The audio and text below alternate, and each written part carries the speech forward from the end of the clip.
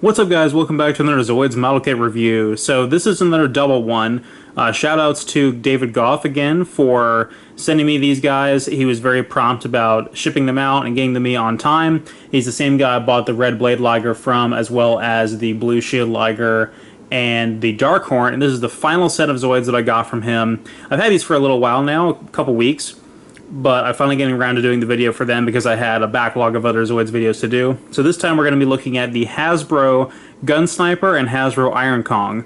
So I want to start out with the Iron Kong first because there's a very good reason why I haven't touched him or moved him around at all, and that's because this kit is actually broken.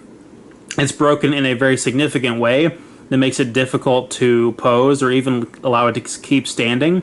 So the actual pin in the shoulders that attaches the arm is there's a pin, like a rod, and then a disc at the bottom where the motor joint or the motor connects to the socket on the shoulder and allows the arms to move when you activate the motorized feature. That pin is broken on both arms. So there's also I could glue it down with modeling glue or E6000 and get it to stay pretty well, but there's also another red piece that connects that joint from the shoulder down to the elbow, so it will move the elbows in that sort of gorilla crawling motion that he's known for.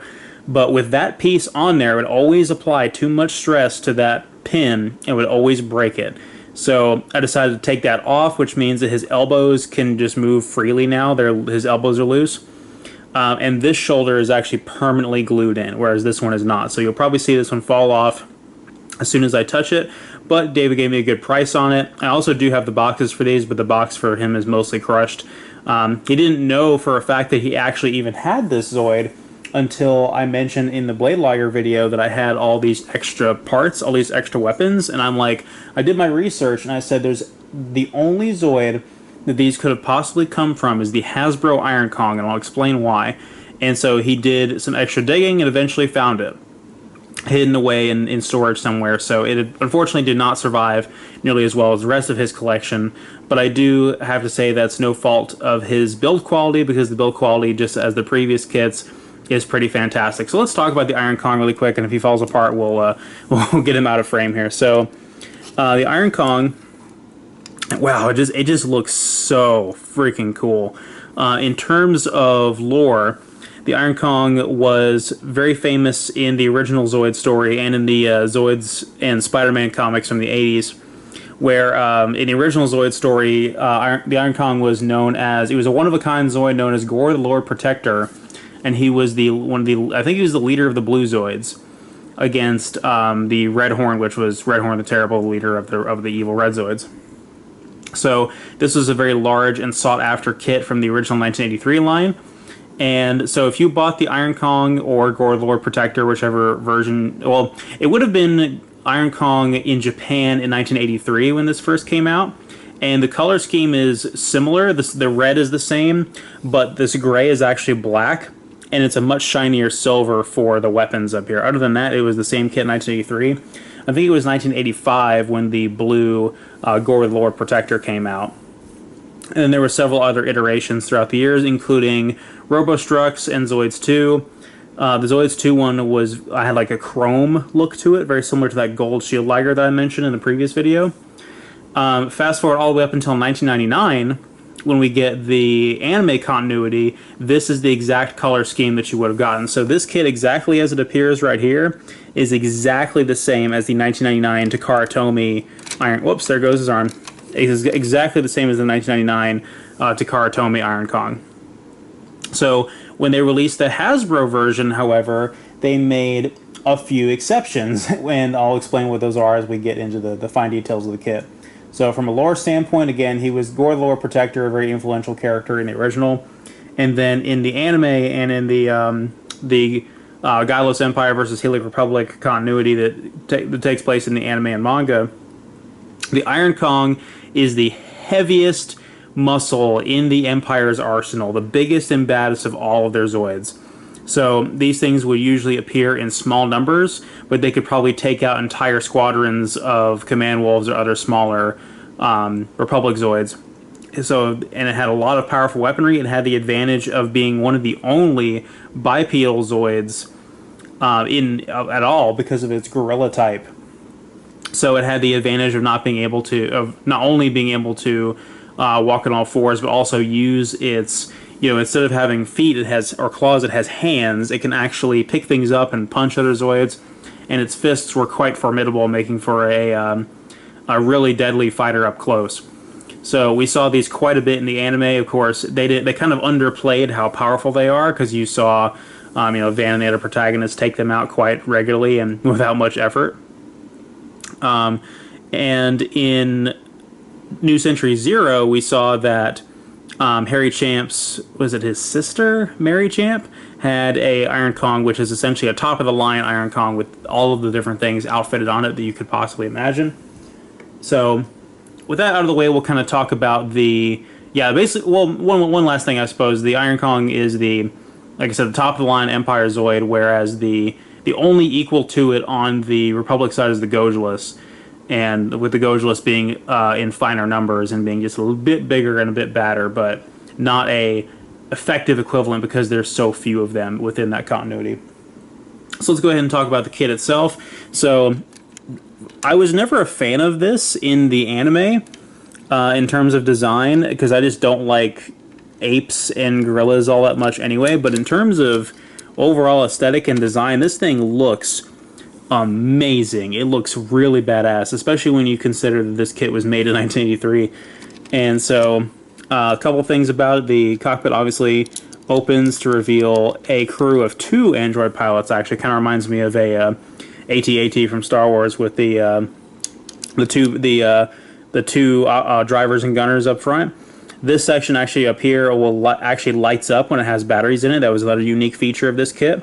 This kit was, I think, a $28 or $30 kit, probably a $30 kit actually in the Hasbro line when it first came out, which is one of the most expensive Zoids sizes at that time, because the Blade Liger size was $25, and like the Shield Liger and Saber Tiger size was $20, and of course these were like $10 over here, the wind-up Zoids.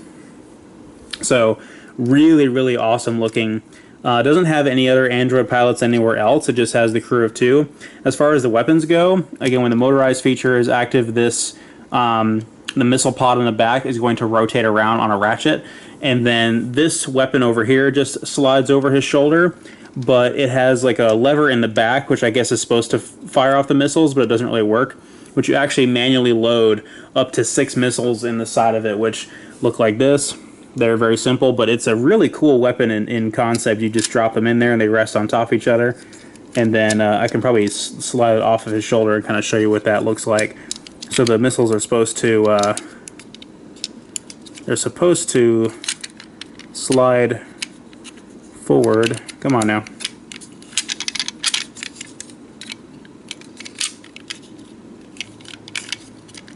This kit is very old, so it's not exactly likely to work like it should. There we go. So I don't know if there's supposed to be a mechanism that fires them out of there, but that's mechanically the way that's designed is still really cool. They just drop in there and then they launch outward, which is pretty awesome. So one of the things that made this kit different in the Hasbro version is in the 90s they also made the Iron Kong Mark II, which there was also a couple different variations, such as the Iron Kong PK, which was the pink one like what Mary Champ had, and then there is the Iron Kong Yeti, which was white and represented a Yeti, obviously. So the Hasbro version, interestingly enough, came with a lot of the weapons from the Iron Kong Mark II, such as the beam launcher, the additional missiles, and then this wrist-mounted laser blaster right here, which I'll demonstrate in a second with everything equipped. But the interesting thing enough about that is that this kit did not come with the giant fins on the back that was part of the customized Part 11 kit that made up those weapon mods. And the customized Part 11, as part of the Takara Tomy versions of Mark II and PK, also had rubber hoses that connected the beam launcher and the wrist cannon to the body. The Hasbro version does not include those, but I'll go ahead and show off what that looks like fully equipped. Man, trying to get this guy's arm back on is a bitch. Anyway, so we'll show off the new weapons. So The big and obvious one over here is the beam launcher on his shoulder, which just looks amazing. Pretty good weapon in Zoids Battle Legends as well in the Versus series. Also, we have the additional missiles on the back, which are just out of frame there. I can probably move the camera up, and I guess that's how they're supposed to go on there. I can't really get them to stay anymore still unless there's another part that I'm missing. But I don't think that adds a whole lot to it. It does kind of make it a little bit more menacing. And then we have a sensor array right here, which actually flips up to reveal even more missiles. And then the wrist-mounted blaster, which is pretty awesome looking. So, and that's definitely my preferred way to display it. But that's actually a really cool feature about this kit, about specifically the Hasbro version, is it's identical to its Takara Tomy counterpart, except they decided to include more stuff with it. Granted, they didn't include all of the available options to turn it into the Mark II, but just having those extra weapons to customize with is pretty awesome if you ask me. So there is also a Kotobukiya HMM Iron Kong. I do not own it. As far as I know, there's 3 different variants. There's the normal variant. I'm sorry, 4 different variants. There's the normal variant. There is the Schubaltz variant, or Schwarz variant as it's known in Japan. The PK variant and the Yeti variant, which the PK variant is the newest and most accessible, but it's a very, very large HMM kit, probably larger than your typical like $100 kits. It's probably up there with the, it's not quite as big as the Gojulus the Ogre though, like not by a long shot. That thing is absolutely ridiculous. So as far as the Gun Sniper goes, the Gun Sniper is one of the wind-up kits. I'm pretty sure this actually was first introduced in the 1999 wave. I'm pretty sure it did not predate that as far as I can recall. Interestingly enough about this one, the actual wind-up crank thing is missing. I have no idea where that is.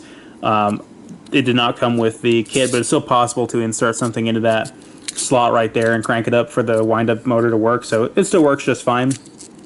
Other than that, this kit doesn't really do a whole lot. There's not too much in the way of movable parts. There's some missile pods up here that open up, and there is a little bit of articulation, but the Gun Sniper's famous sniper tail does not have any interaction. You feel like there would be joints in here, or that it would cock back or something. Like there was a version of the Gun Sniper that was released as a action figure.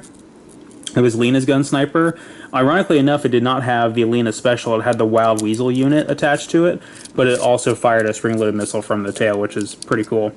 So in terms of lore, we saw the Gun Sniper used in this configuration in Chaotic Century as a small scout Zoid for the Helic Republic, and was used in this configuration where the pilot would actually rotate in their seat and face upside down, and the body would straighten out, and they would actually use the cockpit to aim down the tail and fire the sniper rifle that way from like on top of a cliff like this, and it was pretty effective.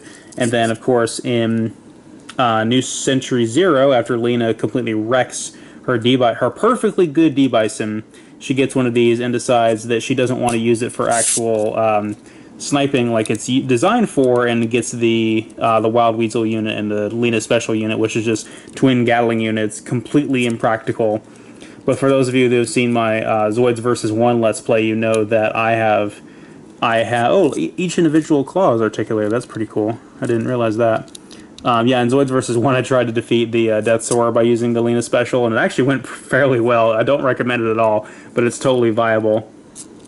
So this one's pretty standard. There is a HMM Lena's Gun Sniper as well, and there's also an HMM Naomi's Gun Sniper, which I have for now. I'll show that really quick.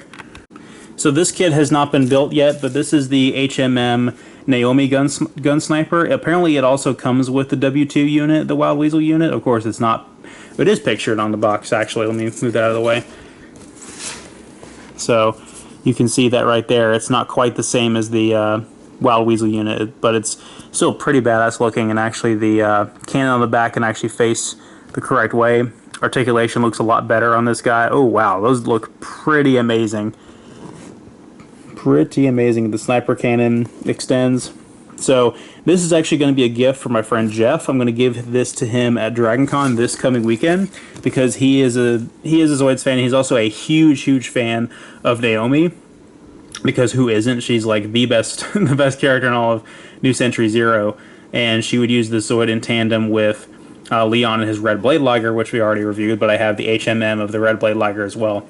I would love to be able to build this kit and do a review for you guys, and I'm hoping that when Jeff finishes building it, that I'll be able to do a review with this kit once he's finished building it. So hopefully that will come up soon enough. And on that note, that is it for all of my Zoids reviews that I planned on doing. I do not have any other built kits that have not been reviewed. That's all of them. So that does not mean that's the last Zoids review, though, because I have, let's see, 5 unbuilt kits, plus a beam Gatling unit set, and then there's still a couple of kits that I'm looking to get. I ordered a Liger Zero X and a Mulga from one of the sellers on the group, but it's been kind of a pain in the ass to get in contact with them, so I might end up just getting scammed out of them. We'll see. I'm trying to get them here, but the person has not been responding, even though they gave me an estimate as to when they would be shipped out, so maybe that's too good to be true, but we'll see. And then my friend Zach said he was going to give me a Hasbro Death Stinger to review, so I'll have that eventually. And then I obviously want to get my hands on some of the Zoids Wild kits, because I know you guys are probably very curious about those. And I'm definitely looking forward to getting my hands on at least a couple of them. Probably the Wild Liger and the whatever the Raptor one is. I can't remember the name of it. But I don't want to get too many of them because I'm running low on room at this point. But anyway, thank you guys so much for watching. I will see you guys next time.